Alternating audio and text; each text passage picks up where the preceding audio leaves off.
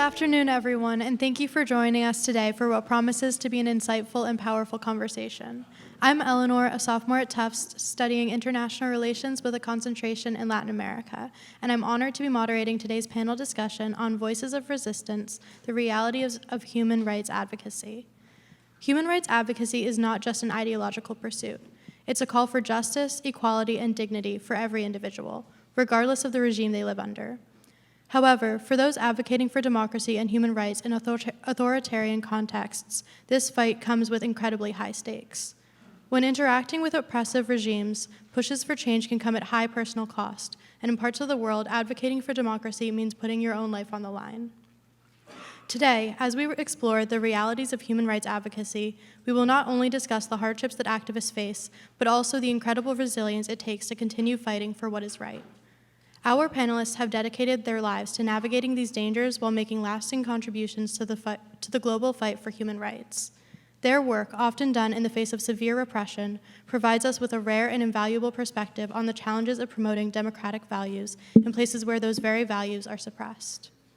The central question we'll explore today is, what does it truly mean to resist in environments where speaking up can cost you everything? What keeps you going, even in the face of threats, exile, and relentless opposition? We'll look at the personal struggles, the strategic efforts, and the deep motivation behind movements that demand justice and freedom against overwhelming odds.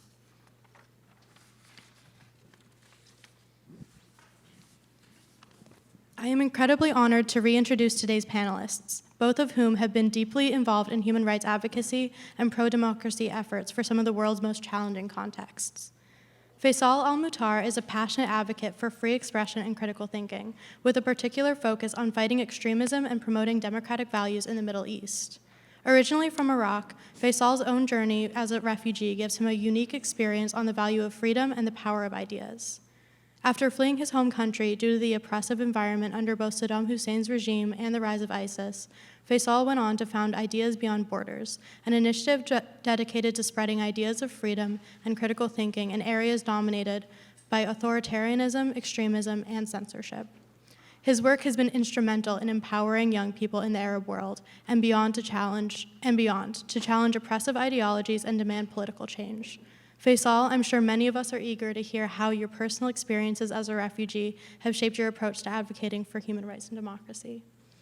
Lobsang Sangay is a prominent Tibetan leader, former president of the Central Tibetan Administration, and a tireless advocate for the rights of the Tibetan people under Chinese occupation. Lobsang's work has been at the forefront of the movement for a free Tibet, and he's been a leading voice in promoting the rights of Tibetans to practice their religion, preserve their culture, and determine their own political future. Lobsang, your courage and leadership have made you a symbol of resilience for people around the world, fighting for their freedom under authoritarian regimes. I look forward to hearing more about your personal and strategic aspects of your advocacy, especially in the face of such a powerful adversary. Today's panel will be divided into two parts. First, I'll be asking our panelists some questions to delve further into the challenges and victories they've experienced in their advocacy work. After that, we'll open the floor for questions from all of you for the remaining time. I encourage you to think about the big questions you'd like to ask our panelists during the Q&A section, whether it's about their personal journeys, strategies for sustaining movements, or how international communities can better support human rights advocacy. To kick things off, let's start with a question for both of you. Faisal, Lobsang, what was the turning point for you personally when you decided to dedicate your life to human rights and pro-democracy work? What sparked your advocacy journey? You want to start? Let's go ahead. For me, I would say it's a spontaneous kind of effort to get to where I am right now with Ideas Beyond Borders. But my first, I would say, moment was me surviving my first kidnapping attempt. So that was around 2006. I was going to get some bread to my mom, and that was at the time where Baghdad, where I'm from, was divided between West Baghdad and East Baghdad. And West Baghdad was predominantly controlled by Al-Qaeda, and East Baghdad was predominantly controlled by Iran, or the Iranian-sponsored militia. So I was going to get some bread, and then there was a car came in with kind of covered men, and they were like calling my name. And I froze, actually, at the time. But at the same time, there was it was US Humvees and Iraqi Humvees coming in, And then these guys went to their car and they ran away. So that was kind of the first kidnapping attempt. And unfortunately, I survived second two after that. But what that kind of gave me is that I froze. I did not come with the bread back to my mom. So I had to have a conversation about why I didn't bring bread, which took about 30 minutes.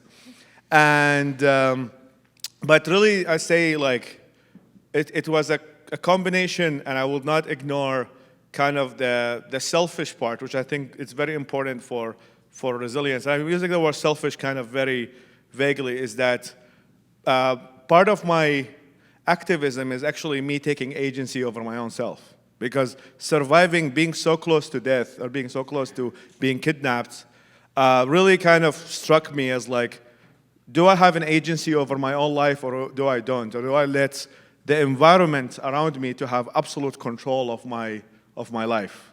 So that's, I would say, the first piece. And then as I kind of get older over time, is that I saw that this is not just my experience, but unfortunately the experience of so many people.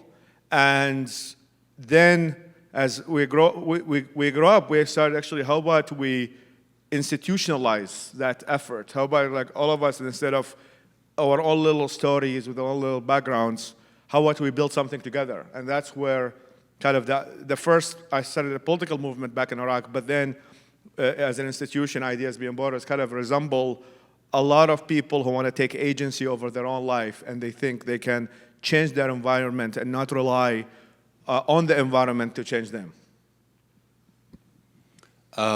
As for my experience, it wasn't as dramatic as yours, because, Tibet, the country, we lost in 1959.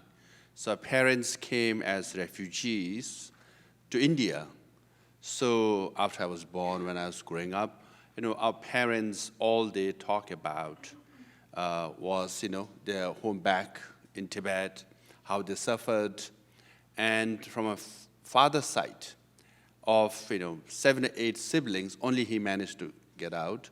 From a mother's side, all of them got out, except from an uncle who was, trained as a militia by CIA and airdropped, and then never came back. And then you hear all the stories, from my father's side. One uncle was in prison, then another was tortured, and one ran to the mountains, and especially one of my aunts, because her husband was, humiliated and imprisoned, tortured so much that she became the separatist, from the separatist family.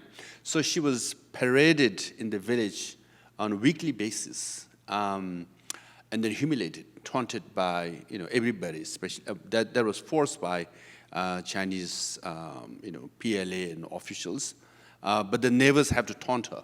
She found it unbearable that literally she was pregnant and she had a young baby in her hand, and then literally she ran towards the river to commit suicide, and then the boy, one boy, managed to escape.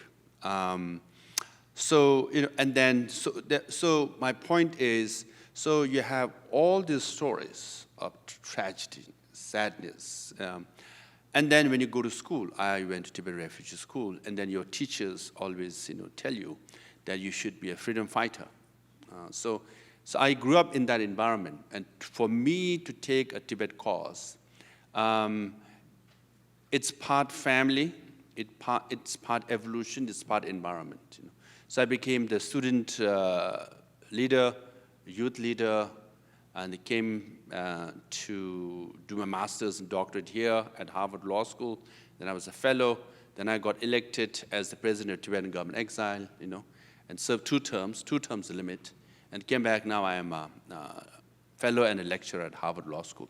So for me, I always say this, that those people who have your countries of freedom, freedom is like an oxygen. I always believe that.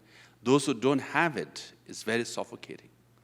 So even though we might be sitting here, with all the credentials and with all the American dream of coming here and getting all the degrees, and you can breathe oxygen and don't feel the importance of it. For us, it's on a daily basis, Our countrymen is suffering, our country is colonized.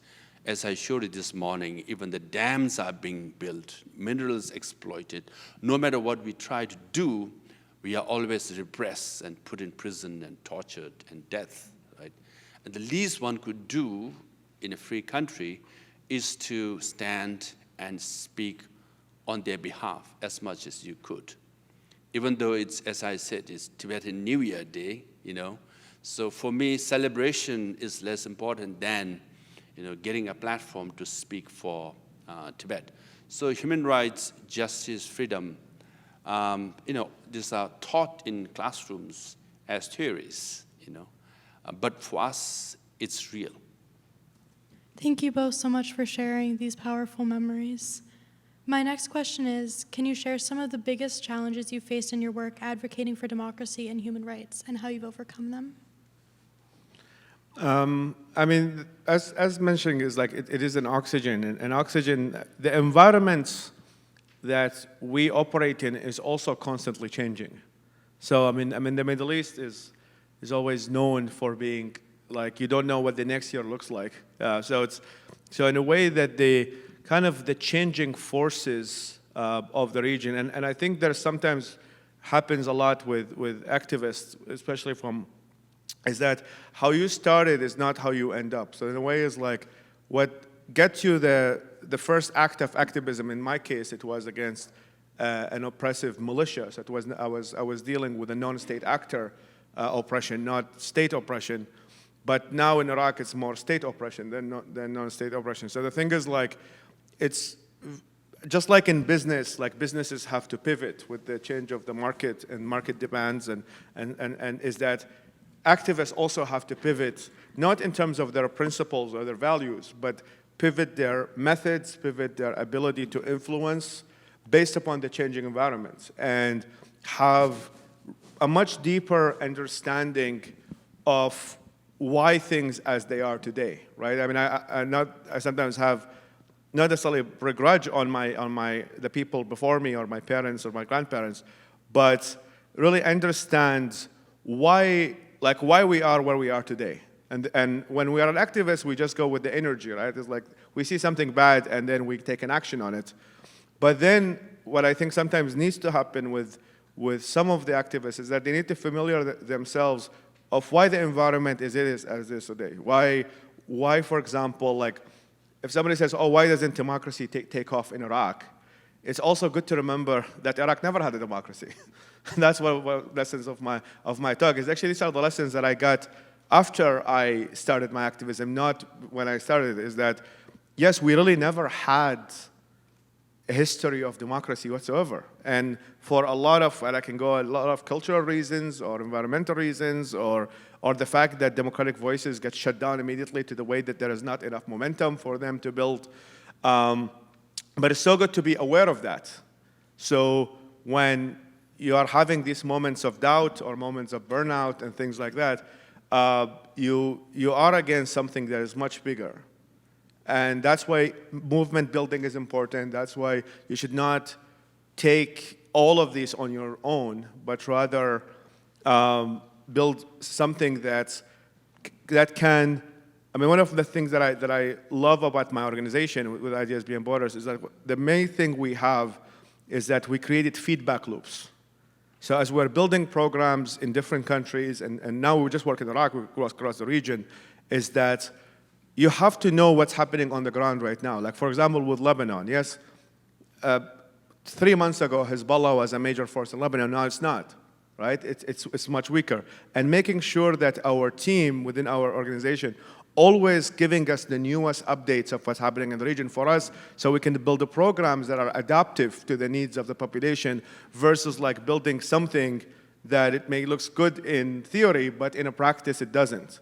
And that's, I think, is something that I wish other organizations would adapt, because sometimes the organizations become so static and so kind of stuck in the big picture principles without really focusing on building a supply and demand and feedback loops, which I'm sure you study in business schools and others, in which you want to build a product that adapts to the environment. And that's, I think, is the biggest challenge for individuals and organizations, is that how can we build a living organism, kind of like now with AI, everybody talks about machine learning and things like that, in which you get more data and correct.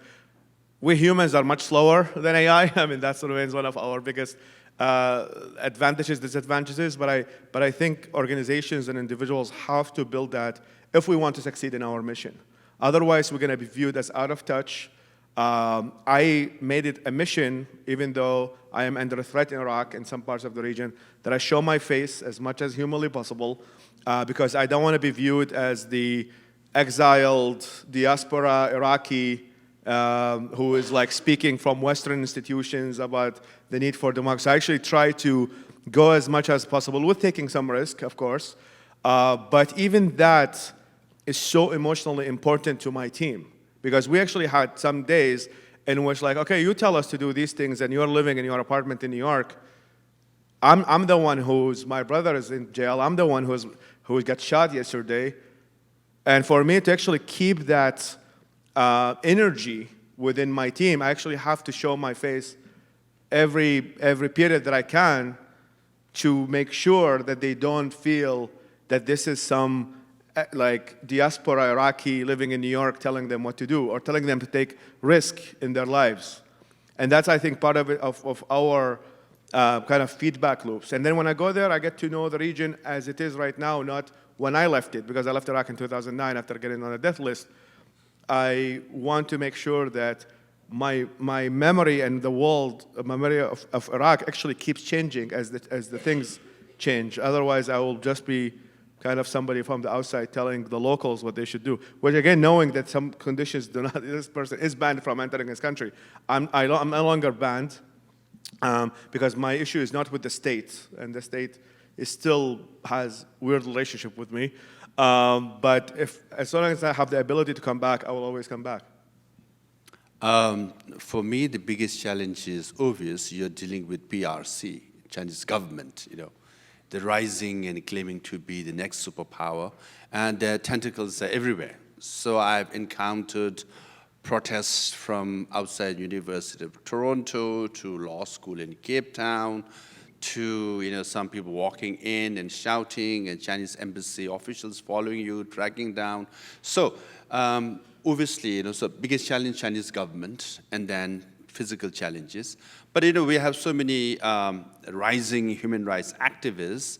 For me, the life lesson is that talking about burnout, and it's not that popular. Also, it's daunting actually to take on, because you all have guts and also compassion to sit through whole morning, listening to all the tragedies of one individual after another individual, one region after another.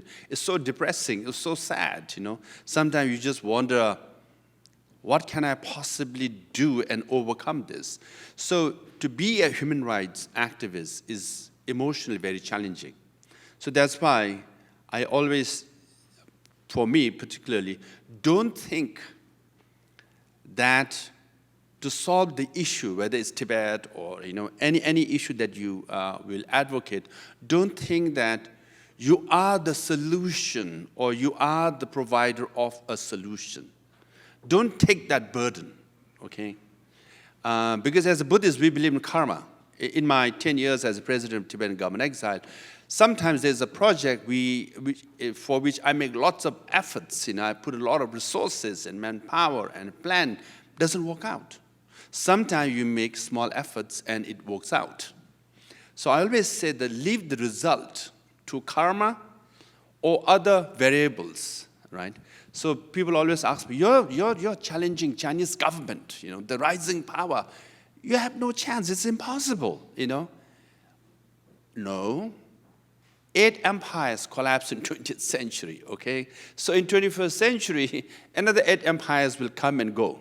So first of all, there's history to prove that you can take on big challenges and you can succeed. But don't think you are the solution. My point is, think you are the bridge Whatever you are doing is you are trying to help solve the problem, right? If you think it that way, then it will be less daunting on you, because emotionally, it will take a toll. You get burnt out because you always thought, I am the one who should bring the solution, right? And we can never know. It could happen in your lifetime. It might not happen in my lifetime. So for me, I always said, as a president, yes, my job is to solve the issue of Tibet, but my most important job is to be the bridge. As long as I can pass on the torch, I know the empire will come down. I know the dictators die and disappear. I know justice and freedom will always come back. And as long as I am the bridge, if I manage to bridge when the success happens, it will be because of a contribution. And if it happens during your lifetime, you have good karma. If it doesn't happen in your lifetime, it's okay. You contributed towards that final solution. So that mindset is very, very important. Yeah, because I've met some activism friends who are more angry than us Tibetans. Who are more emotional and more restless than us. I always say, we keep fighting. You have to fight the fight, but relax sometimes. So Tibetans, when you meet them, you just think, did they really lose their country? In the evening, we are always dancing and enjoying ourselves. We crack jokes, We have so many comedians. Then people come and say, why are you laughing? You are Tibetans. You should be angry all the time. I say, no, we are human beings. We have life, and then we have a fight. Both should go together. Then you can sustain. If you get burned out, it's a loss for you and the cause, you see. If you don't get burned out, if you keep going, it's good for you and also for the cause, right? So that's why I always say compassion-based courage. And people say, why should I have compassion towards Putin or the adversary, your enemy? No. Compassion is for yourself, for your mental sanity and physical well-being. That's compassion-based courage. Your compassion for the cause. Okay. Doesn't mean you have compassion towards the enemy. No. Of course you should fight. You should criticize. You should say and do all the things that you should do. But compassion-based courage is you are compassionate for the cause. And then it's good for your mental sanity and physical well-being. Then you are strong. And you can keep fighting. And then you prevail. That was... Yeah, actually, I want to add, there's amazing everything you said, except I'm not a Buddhist, so it's hard for me to think of karma. But the first thing where I think, back to kind of the challenges, is that we do have one challenge within kind of the activist ecosystem, is that it's very human dependent. And it's like, most of the time, the knowledge dies with that human. And I think there is a lot of effort, which is something also we're aiming to do, is that we need to have kind of built institutionalized knowledge. We want to, when I think of activism, I think of it through the method of intervention. You are intervening to change reality in one way. And what sometimes happens, actually most of the time happens, not sometimes, is that people try things and then it just dies with them. And there is no collective of all the efforts that have been tried. So in that way, every activist to some extent, or every person who would like to interfere, has to start from scratch, as if like, we have like from a veil of ignorance. So that's, I think there's some work to be done to actually institutionalize what has worked in different places and how it worked and what was missing. So in that way, when somebody else wants to be an activist, they're actually being in addition to an effort that already has been created other than starting from scratch. The other piece, which I think I made some peace with, is the concept of adversaries and good guys. And that might need its own philosophical conversation, but I think one of the challenges and I can say general, but also specifically in countries in the Middle East, is that we do have people who love these authoritarian regimes. Every poll that you go across the Middle East, Putin is very popular. Xi Jinping is actually now one of the most popular leaders in the region because of the Belt and Road Initiative.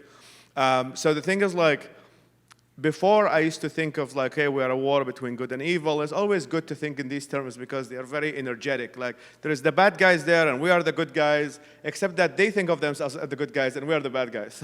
So in a way is that what I think made in peace with, which also brings back to understanding the why, is that when you actually get to have conversations with some of these people that we might think of as adversaries, they will give you things like, oh, but authoritarians block stability. Oh, but authoritarians don't create that much chaos. We have tried democracy in Iraq. It didn't work out. So we actually have, before I used to get very angry, talk about the angry kind of activists who used to argue with these people of like what is good and what's, but then I started also not and have compassion to where they're coming from. It's like, yes, they're wrong, in my opinion, because authoritarians are also very fragile. They are thought of as very stable, but in fact, we have seen how many of them, just look at Assad, out of nowhere, he just fell apart, and then the entire regime, and now he's living in an apartment in Moscow. And if you asked me 4 months ago, I've written an article saying that Assad might stay forever, so I was wrong as well. And that's something that I'm very open saying, is that I thought Assad was actually a stable dictatorship because he had Russia in his power, he had Iran going around with him. Russia get busy with Ukraine, Iran get busy with Israel, and suddenly Assad went away. So everybody and then I messaged all of these friends who used to tell me that Assad was stable. I'm like, look at all of us were wrong on this. So I think that's we having some compassion for not necessarily the adversaries themselves, but why do people support those adversaries, and understanding where they come from is also very important for us to bring solutions that are acceptable by the general public. Thank you both so much for your insights, and this leads perfectly into our next question, which is, what strategies have you found effective in fostering collaboration and solidarity within pro-democracy movements, and how have you worked to build a unified movement?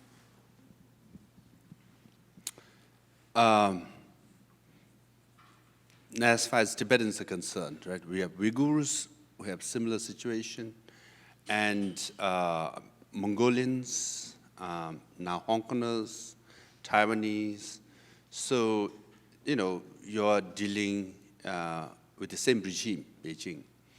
So forming alliances is good, but sometimes it's quite difficult.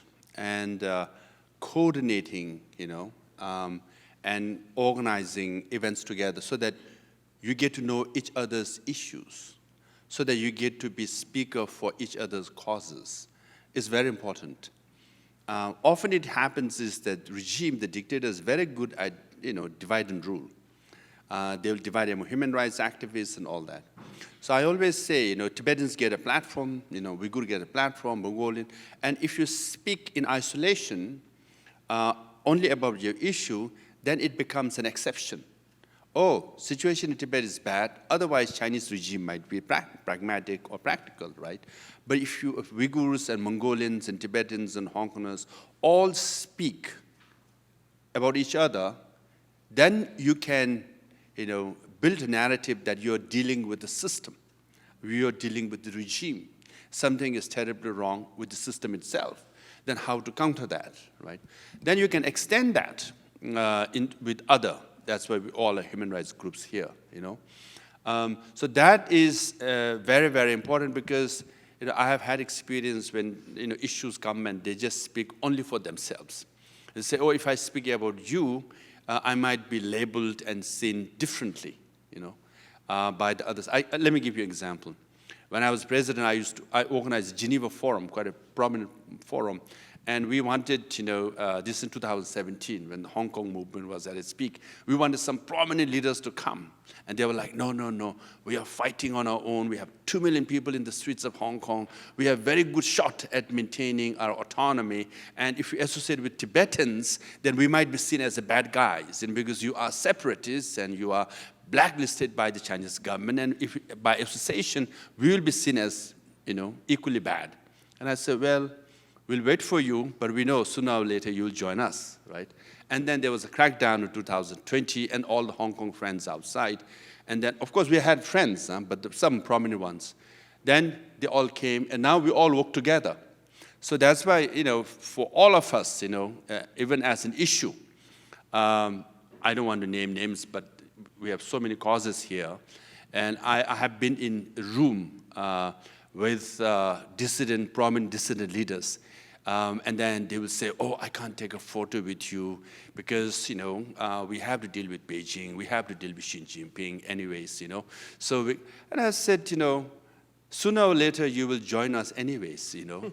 And then sooner or later they all join us. They all are out in the street. They're not going to get anything from quote-unquote dictators. They're abusers, they're partner. So dictators, they work together. As you might know, the Chinese government has built surveillance systems so sophisticated, so systematic, so repressive. They have exported it to now 67 countries. Okay? So all the dictators that we complain about, they share the same surveillance system, technology. And they learn from each other. Whereas sometimes we tend to divide each other, you know. So I've been to many, many rooms. I don't want to name names, and I don't want to spill beans here. But I have so many Hong Kong No, friends. we need some drama. Can you name 5 people? I want some spice. So just... But then I'll have to go to Iraq, you know. Yeah, let's name 4. Just kidding. Especially Middle East, as you mentioned, Xi Jinping is so popular. If there's a Middle East activist, they will say, you know what, you know, we are dealing with Beijing. So Tibetans, we have to keep you at a distance because, you know, even though we are fighting for human rights, we have to be a little selfish and then, you know, see you, sideline you a bit. You know, I don't want to, now you can guess which country, yeah? Yeah. In fact, I've been to one country, one is the government, one is opposite. Both don't want to meet with me because one wants to do a business with and other got, you know, supplies from Beijing, you know? And I was like, wow, you know. Yeah, and actually to add is that's why the cause of the Uyghurs is very unpopular in Muslim majority countries. That you would think that in the Middle East they will champion the Uyghurs for being oppressed Muslims, but it's never the case because of the influence of China, a significant influence of China that I actually had to talk to some offices and the answer is always like, we have to deal with China, we're not going to talk about the Uyghurs, even though it's a Muslim issue. I mean, back to the kind of strategies. I mean, one of the, I would say, the first challenge is that when you're dealing in this subject, you're dealing with very low trust environments. And low trust environments is, as I mentioned, in kind of when you have people raised under authoritarianism, everybody else think the other person is a spy. So I'm sure you've been to some of these meetings that are organized by some of our friends, in which everybody is thinking that the other person is a spy for somebody. So as a result, that's like the first thing of why people don't collaborate. It's like, okay, maybe this person is, and the sad part of the story is that some of it is actually true. Like if you look at one of my friends work on the Iranian issues, and then even the signal group of that activist was infiltrated by the IRGC, and then one after the other was being caught because one of their friends was actually a spy for the Iranian government. So the thing is like, the paranoia is not coming from it's coming from somewhere. It's not just paranoia. It's real. So that's how I would say the first challenge is actually to get people to collaborate. You have to build a higher trust environment, which is very difficult when you're dealing with a very oppressive. The second thing, I mean, which I guess is like, I mean, the title of the event is Democracy on the Brink. Is the Middle East is kind of a very unique. Not only we have the best food in the world, but the democracy as a subject is an extremely hard thing to sell. The number one reason is because of what happened in Iraq and Afghanistan, right? America came in, America spent trillions of dollars in Iraq and Afghanistan, all to replace the Taliban with Taliban, and Saddam Hussein with Iran. All happened under the banner of democracy promotion. So that's, I would say, one reason why democracy has such a bad rap is that it is associated with the Bush administrations and the war. So by default of using the term, you're obviously associated with Dick Cheney and the Bush administration and Wolfowitz and Bill Kristol and all of that, the neoconservative movement. So that's, I would say, like from a perception. The third part, which is very, very interesting, is that in the Middle East we have two kind of systems of governance. One is the monarchies. The monarchies are the ones in Saudi Arabia and the UAE and other places. And these are prosperous monarchies. These are not people starving in the streets like North Korea or even Syria. So for the Arab world, or actually the Arab perception, they see two kinds of way of living. One is the monarchies, in which if you go to Dubai and you go to Riyadh and you see the Lamborghinis and great lifestyle that people have, And then you see the non-monarchies, which is the republics and other places, and you see civil wars and chaos and all of that stuff. So generally speaking, the perception of people in the Arab world would be like, there is this monarchies, they might be imperfect in any shape or form, but like, people are having a good life. Like if you ask any Iraqi or any people from have many friends from Jordan, other places, they will say that their dream is to go to Dubai and make 100K a year and have a decent life and get married and have. They will be like, okay, the social contract we have is that we don't have to criticize the monarchy. That's all what we have to do, but we have a very decent life and overall the only social contract. So the thing is like the third part, which is hard to sell democracy, is that what, in their perception, what you're selling is chaos. Is that these are the monarchies, people have a good life, and you're telling them, no, even though there's so much construction in Saudi Arabia, there's so much construction in UAE, you should not do that because that's not democratic and you should go to the democracies. And then the fourth one, which actually connects to the Western part, is that, of course, many of these autocracies capitalize on the hypocrisy of Western democracies, right? I mean, of course, the subject of Israel-Palestine is the most dominant in the region because of the language. But the thing is that everybody will look as that, okay, these are the democracies. They're not as great guys as you think they are. So might as well as the devil we know is autocracy. And there's so many kind of conversations on how the West is perceived. And there's a lot of books written on the subject, but the fact of because democracy has been associated with Western societies, and there's the long history between the Crusades and the Muslim world. I remember, maybe that helped another final question. There was a time in Iraq, and a group of Christian missionaries came into Iraq, and they landed in Baghdad. And the mission that they had was that they convert the areas of extremists into Christians, and they came in with their big crosses into Iraq. With that, they went with a group of U.S. Humvees. So imagine if you picture that, there's massive crosses with U.S. Humvees driving into Fallujah. What do you think the people in the neighborhood thought? It was the Crusades are back again. So that tells you like how kind of skewed the perception people might have of this kind of Western democracies because and what China is doing actually very intelligently. There was a leak of one of the conversations between the foreign ministry of China and a prime minister's office in one of the Middle Eastern countries. And the foreign minister of China, he said, listen, the Chinese and Arabs never hated each other. We never had a war. But look at between you and the West. These guys have invaded you 1,000 times. You invaded them 1,000 times. We are a blank slate. We're just here to make money. And look, and most of the Middle Eastern governments will be like, yes, that's a much better devil, because the devil is the West we tried before and it never worked out. So that's really like the summary of the opportunities and the challenges we have in the region. Because the organizer signaled 5 minutes, so for Q&A. Oh. Yeah. Okay, before that, can I just pitch in my book as well? Is related. As you said, many of the people in exile, dissidents, are divided, which is true. But then you must understand that people who go through trauma are stubborn. They see through black and white. That's why people who suffered Holocaust or Armenian Holocaust, the trauma lasts for generations. And people who go through trauma, as I said, they see justice and unjust, black and white. And they tend to be quite stubborn. So when you see that they fight among each other all the time, no, they're just being stubborn. Okay, you must understand that. So number two, also because the funder, whether in America or not, everywhere, the funders also contributes to that division, because left-leaning funder will fund the left-leaning organization, right-leaning will fund right, and the middle of the road will fund middle.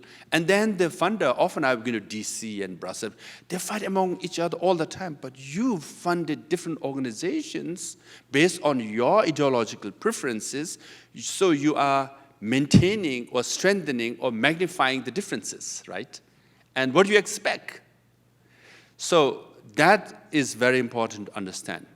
Now, talking about the Middle East, again, we are talking about human rights. if you look at the last 30 years, the human rights movement or democracy movement, in the last 30 years, there have been more non-democratic countries than democratic countries in the world. Right now, we have more non-democratic countries, democratic countries in the world. But there are more organizations promoting democracy in the last 30 years. There are more funding promoting democracy in the last 30 years. There are more consultants, who are funded and who are hired to promote democracy around the world. So it's odd. There are more funding, more consultants, more organization, yet less and less and less democracy. Why? Because we all are taught to remove dictators, but no one is taught to replace dictators. So that's why you remove Mubarak from Egypt, you get Sisi, right? Tunisia, you remove a dictator. He's too old. His family has been ruling so long. Now who do you get? Another dictator, all right? Syria, okay, Assad is removed. New guy, he doesn't sound that liberal democratic, okay? And he's yet to go through election. So you can go through the list. Why? We all are taught to be dissident, to dissent, to protest, to argue, to go out in the street, to overthrow them. But we are not taught to replace them. So that's why I'm writing a book. That's my pitch, right? To how to run a democratic government in exile. Because if you're not taught to run an election, to campaign and win election, you can never replace dictator. If you don't know the basics of education policy, finance policy, foreign policy, interior policy, if you never run a government, even if you win an election, you'll be thrown out after one term because you don't know how to run a government. For example, Lech Walesa, Poland, right? You might all know he's a Nobel Peace Laureate. He's considered the father of Polish democracy. He brought democracy in Poland. But because he was a labor union leader, he won landslide victory in first election. Second election, he lost. Third election, when he ran, he got only 1% of the vote. Can you imagine? Father of Polish democracy, who brought democracy. After 10 years, he just gets 1% of vote. And who wins? The same Communist Party won. Why? Because we all are taught to remove dictators, but we never learn to replace them. So, because I've run government exile for 10 years, I can teach you a few things. Thank you so much, Faisal and Lobsang. And also another pitch, don't be a consultant. That's the worst thing it can ever be. Thank you so much for sharing your incredible insights and personal stories with us. Now, we'd love to hear from all of you. We're opening up the floor for audience questions, so this is your chance to ask anything that's been on your mind, whether it's about their personal journeys, strategies for building movements, or how we can all support human rights advocacy on a global scale. If you'd like to ask a question, please raise your hand and we'll bring a microphone over to you. Let's keep the questions concise so we can hear from as many of you as possible. With that, let's begin the Q&A. Right at the end, yeah.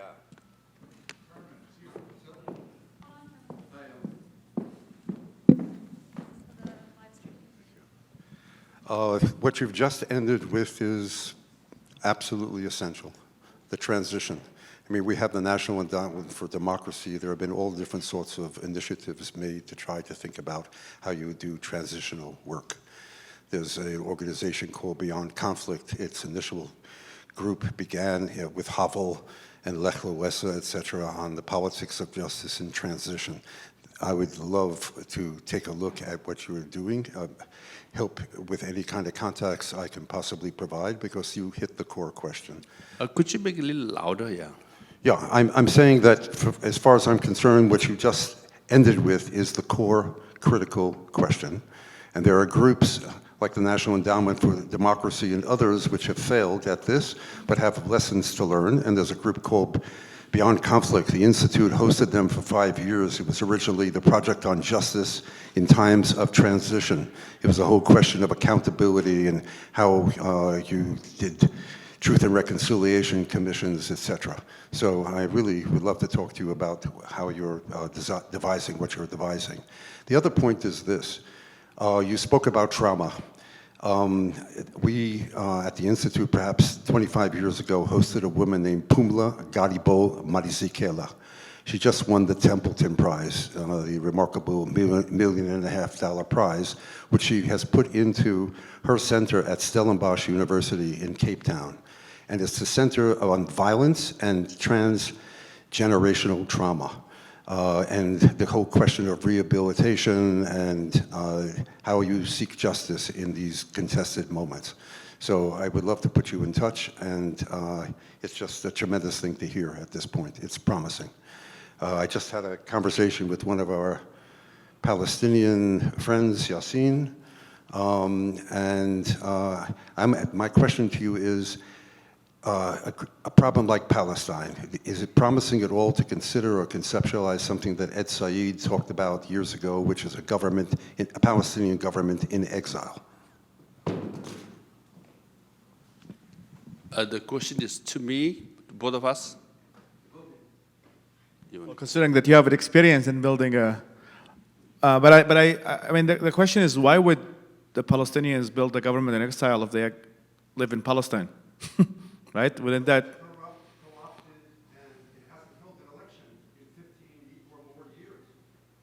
I see. Because I think it would more sense to work it. I mean, ideally, the reform would be from within than establishing something from the exile.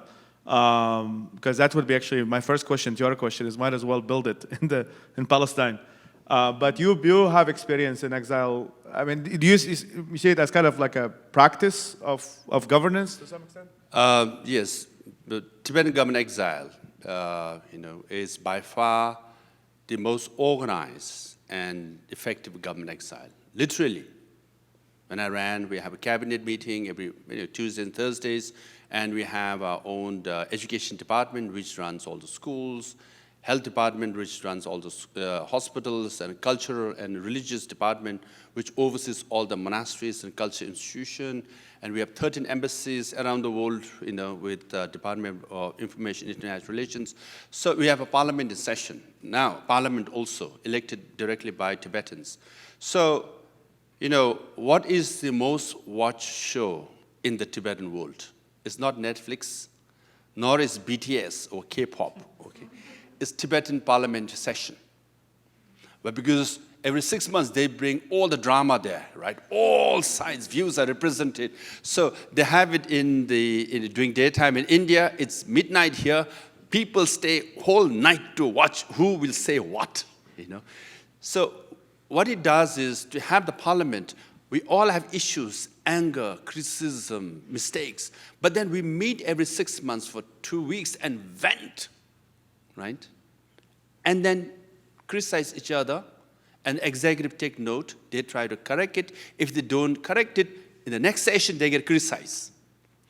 But then we all agree. We have differences, views. We have divisions. But we all agree we have one government, one parliament. That's where we should go, Dharamsala, and vent. That's how we improve. Now, you won't believe, Tibetan government exile is run with $50 million budget. 13 embassies around the world, okay? 13 to 15,000 students are taught in high school for free. And you can name it. And then we have preserved our Tibetan culture, Tibetan language. It's the most frugally run government exile. Let me give you one example. If you want to set up a government exile, your auditor general should be very strict.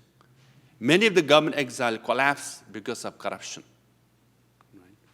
Why our auditor general is this strict? Because I was the president of Tibetan government exile, highest ranking, but I have to travel in economy class.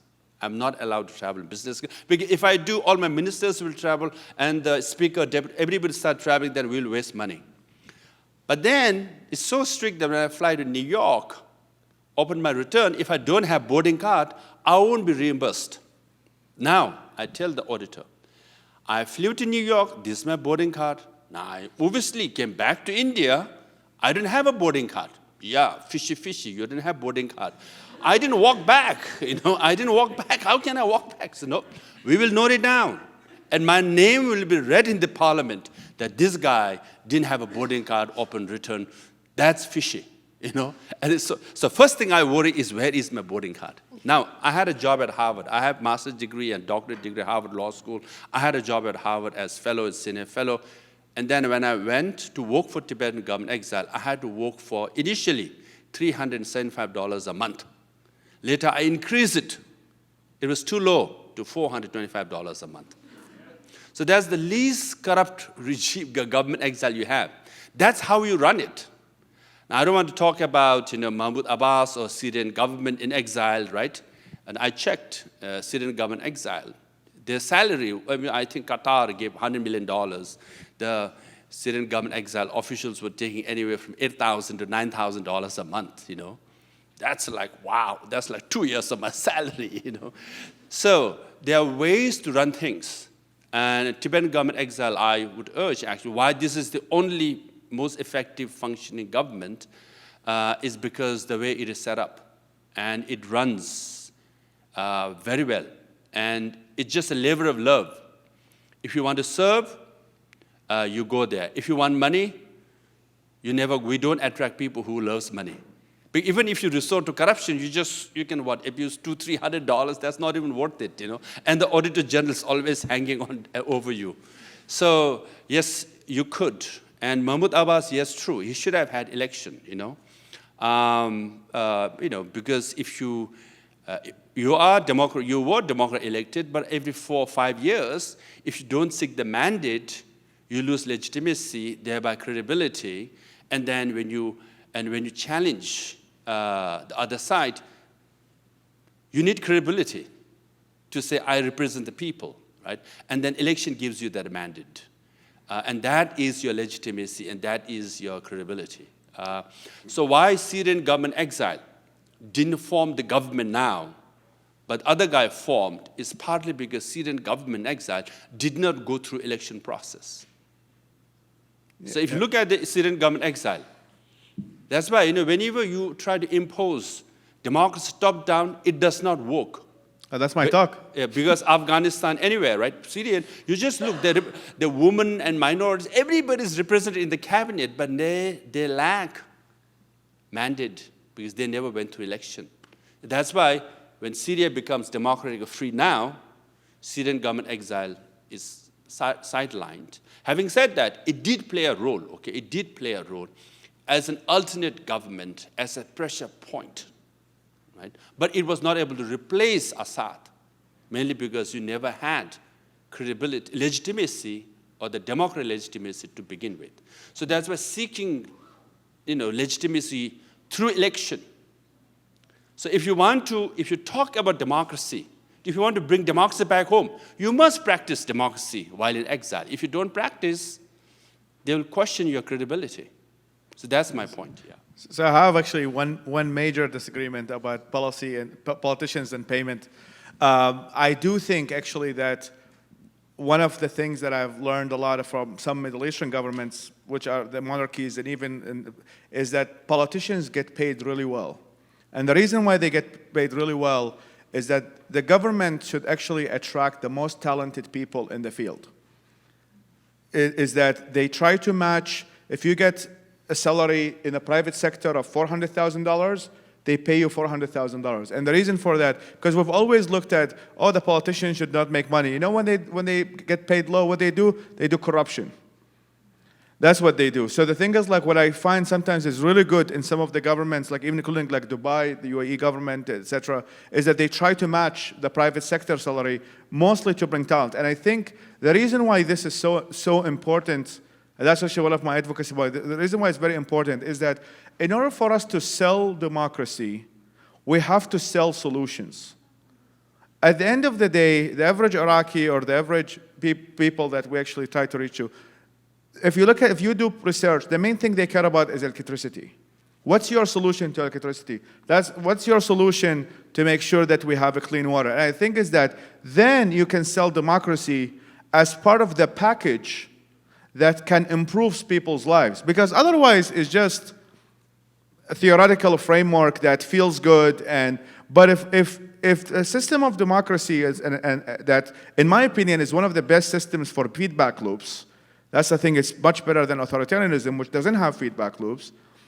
it can offer services and it can make people's lives better, then we are competing. Otherwise, we're just talking to ourselves. Wow, there's a lot to think about there. Thank you both so much. As we come to the end of today's discussion, I want to take a moment to reflect on the profound insights that we've learned. While Faisal and Lobsang come from different parts of the world with distinct struggles and challenges, their stories and their work have a common thread: the unwavering belief in the power of human dignity, freedom, and the pursuit of justice. Their experiences remind us that no matter where we are in the world, we all have a role to play in supporting and amplifying the voices of resistance. The fight for human rights is not just for those living under oppressive regimes. It is a shared global responsibility. Thank you to our incredible panelists for your bravery and insights, and thank you to all of you for joining us today and engaging in this critical conversation.